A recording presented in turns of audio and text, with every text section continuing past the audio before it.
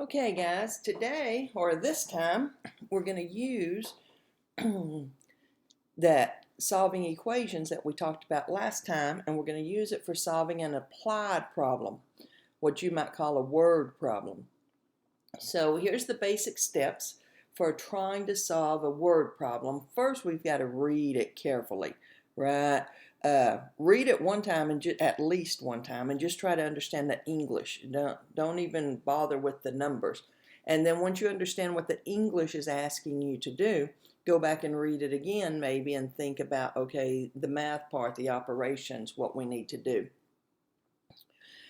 Assign a variable to represent what's unknown. And I usually assign, if there's something particular, if we're talking about, Bob versus Kayla, I'm going to use a B and a K for my variables. If we're just talking about numbers or something, use an X or an N or whatever.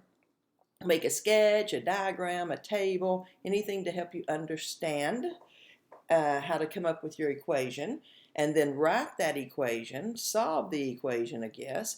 Don't forget to state your answer with the correct units, and check the answer in the original problem. It doesn't do you any good to check your answer in your equation. Where you're going to make an error, if you do, it's coming up with the wrong equation 98% of the time. So you got to think about, does it make sense in the actual original problem? And sometimes we're not going to know.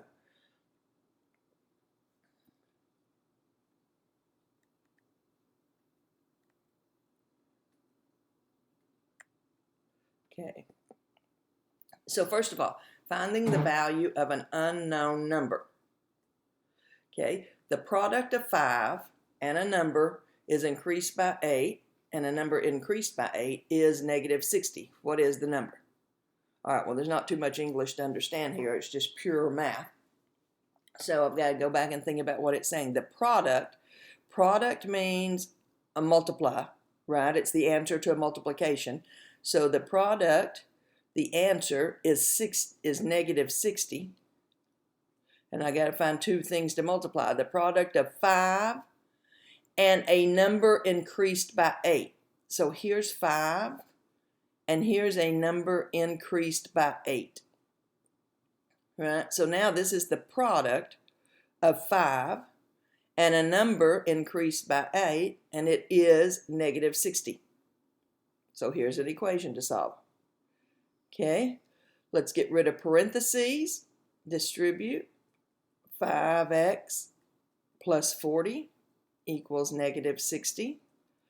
Move all of our, well, there's nothing to simplify on each side, right? And the x's are already on one side. So move anything being added or subtracted to the variable to the other side, so that we wind up with 5x equals negative 100. Divide by whatever's being multiplied by the variable. So x equals negative 20. And we don't have any units or anything. Let's make sure we've answered the question. What is the number? We came up with a number. Okay, and let's see if we can check it in the original problem. Let's see, 5 times negative 20 plus 8 is that negative 60. Negative 20 plus 8 is negative 12, and 5 times 12 is negative 60.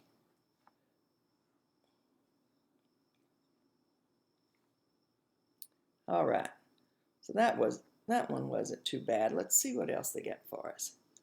Okay, another kind of similar one. If 5 is added to the product of 9 and a number, the result is 19 less than the number.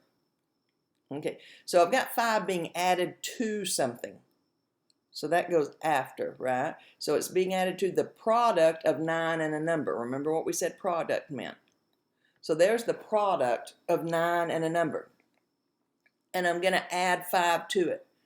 5 is added to the product of 9 and a number. The result is 19 less than the number.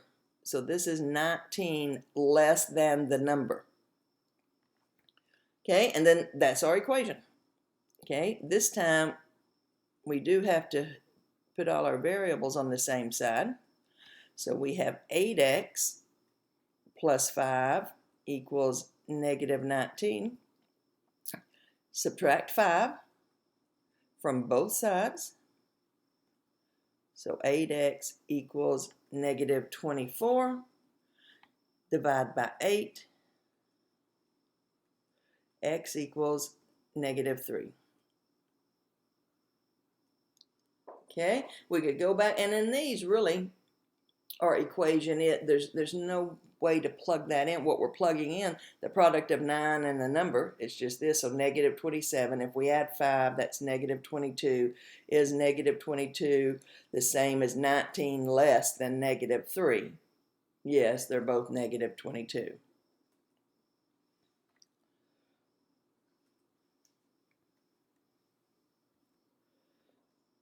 Okay.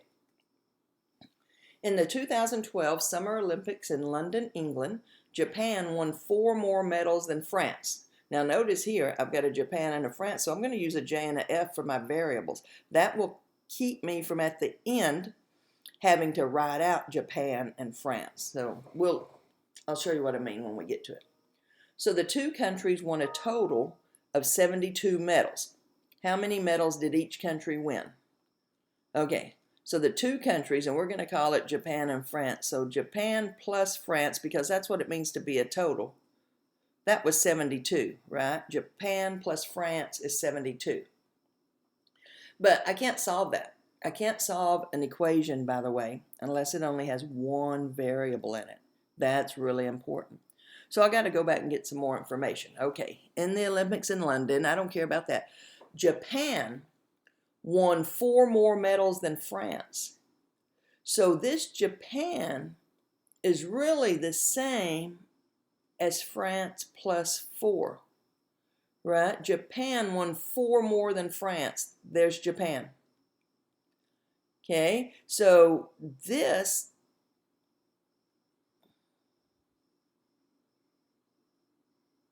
now that doesn't give me an equation though, right? But this F plus 4, I can replace for that J. So now Japan, it's 4 more than France, France plus 4, plus however many France won by themselves, and that gives me my equation.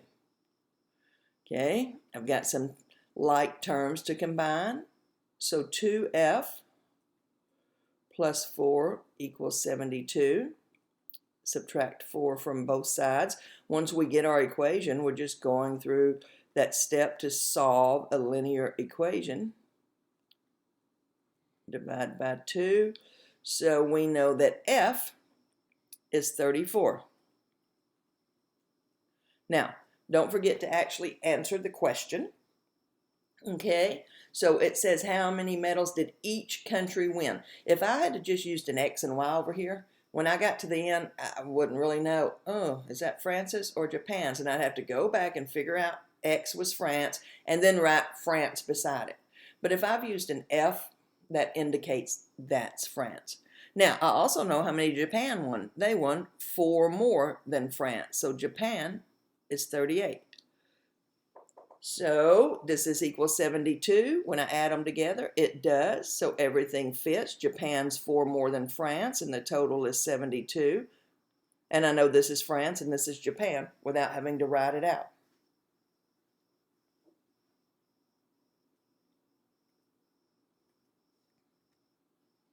Okay. The owner of Terry's Coffee House found one day that the number of orders for croissants was 1/6 the number of muffins. If the total number of the 2 breakfast rolls was 56, how many orders were placed for croissants? Again, we know that total means this. It gives us our equation. The croissants plus the muffins is 56. But I can't solve this equation. So I'm thinking, okay, what else is it telling me? The owner of Terry's Coffee House found that the number of croissants is, so the croissants is 1/6, and remember, or if you don't know, when the word of is between two numbers, it means multiply. 1/6 of the muffins. The number of croissants is 1/6 of the muffins. Okay, so that means I can replace again these C's, right?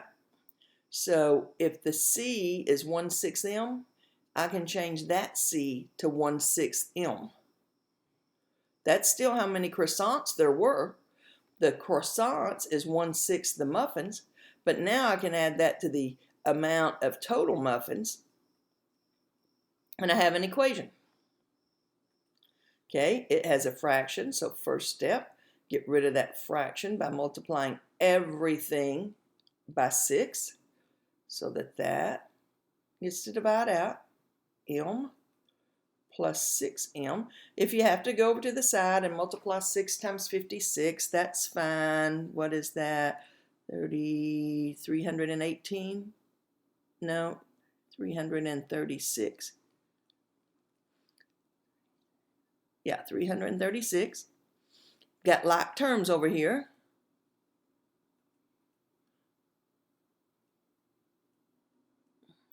Okay, and now let's divide everything by 7. Okay, and again, if you have to go over to the side and do that. Let's see if I can do it without going over to the side. 8, 56, 28. I better double check myself though. 7 goes into 33. It's a good thing I double checked myself. It's going to be 48. 4 times 7 is 28. Okay. And so be careful with your math. 48. Whoops.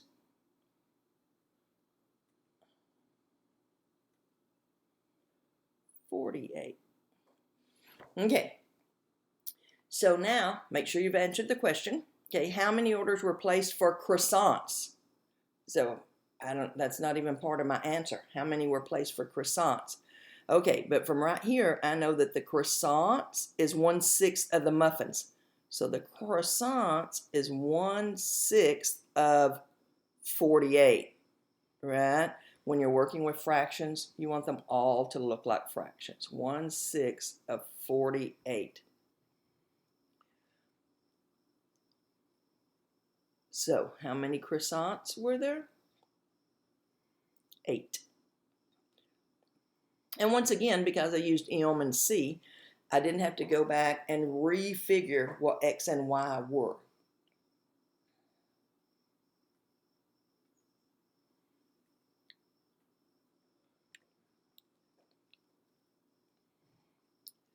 Okay, a piece of pipe is 50 inches long. It is cut into 3 pieces. The longest piece is 10 inches more than the middle-sized piece, and the shortest piece is 5 inches less than the middle-sized piece. Find the lengths of the 3 pieces. Okay, I know if I add them all together, like the middle-sized piece, the longest piece, and the shortest piece, if I put them back together, it's 50 inches long, right? That's what it tells me. A piece of pipe is 50 inches long. You cut it into 3 different size pieces. One of them's in the middle, one's longer, one's shorter. Okay, but I can't solve that equation. So let's see. The longest piece is 10 inches more than the middle-sized piece. That means the longest piece is the middle-sized piece plus 10 inches if it's 10 inches more than the middle-sized piece. Okay, and the shortest piece is 5 inches less than the middle-sized piece. It's 5 inches less. Okay, so we have the middle-sized piece plus the longest piece plus the shortest piece equals 50. Right? That's our equation. The middle size piece, the longest piece is 10 inches more than the middle. The shortest piece is 5 inches less than the middle. All right, we've got some like terms here. So I have 3 m's, and then 10 minus 5 is plus 5 equals 50. Just solving the equation now once we get that equation figured out.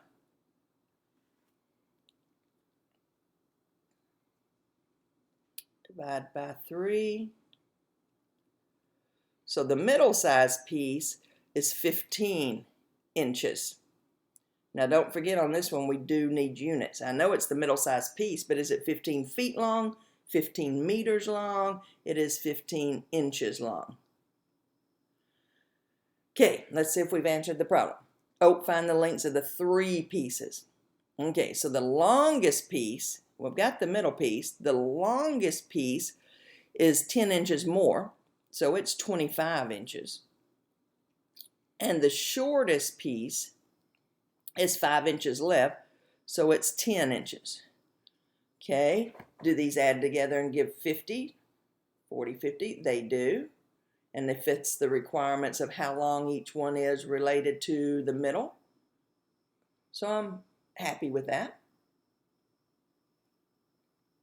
Okay, so you're going to have a few application problems like that. And then one thing that we need to know is what this idea of consecutive integers mean. So think about, what does the word consecutive mean? Consecutive. Yeah, in a row, right? Numbers that are in a row are 6, 7, 8, 9, 21, 22, 23, right? So consecutive integers. Integers means whole numbers, right? They can be positive or negative, but whole numbers and in a row. Okay, they say, for example, 3 and 4, 16 and 17, -2 and -1 are pairs of consecutive integers. So if our problem mentions consecutive integers, if the first number you get is x, the next consecutive number is x plus 1, the next one x plus 2, the next one x plus 3, etc. If this is 7, when you add 1, then you get 8. If you added 2 to 7, you get 9, and then 10, right? So this idea is how we figure out our equations when the term consecutive integers is mentioned. Now, if they mention consecutive even or odd, that means, for example, 8, 10, 12, 14, right? 9, 11, 13, 15 goes to the next even or the next odd. So the way we do that, since they jump by 2, is if the first one is x, then the next one is x plus 2. And then if you add 2 more, it's x plus 4, etc. So if this is 7, this is 9. And 7 plus 4 is 11. So 7, 9, 11. Look at this. If this is 8 and you add 2, this is 10. And then that's 12. 8 plus 4. So whether it says even or odd, I add 2. All right. The pages that face each other have 569 as the sum of their page numbers. What are the page numbers? Now, the trick to this one is it didn't actually use the term consecutive integers. It expects you to know that the pages on a book are consecutive. Okay, so if the 2 pages that face each other have 569 as the sum of the page, so if you add them up, so if one of them is x, that next number on the next page is x plus 1. And if their sum is 569, then that's your equation. Combining like terms gives us 2x plus 1 equals 569. Let's subtract 1 and get 2x equals 568. So if we divide by 2, we get that x is, let's see, 250 plus 34, 284.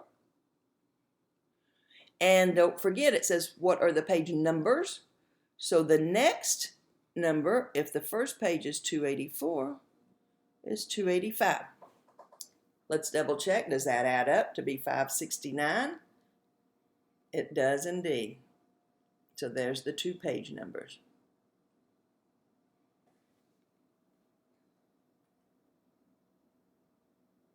All right, let's look at one more. Now this one actually uses the term find 2 consecutive even integers. Okay, so if it says that, I know I'm going to use, just because it says find 2. If it said find 3, then I'd have x plus 4 up there also. Find 2 consecutive even integers such that 6 times the lesser, here's the lesser, so 6 times the lesser added to the greater, right, gives a sum of 86. 6 times the lesser added to the greater gives a sum of 86. So combine your like terms. 7x plus 2 is 86. Subtract 2. 7x equals 84. And divide by 7. So x equals 12. Okay, find 2 consecutive even integers. So first of all, I'm glad I came up with an even number, so I feel good about that. But I've only found one. That means that my other one is 14.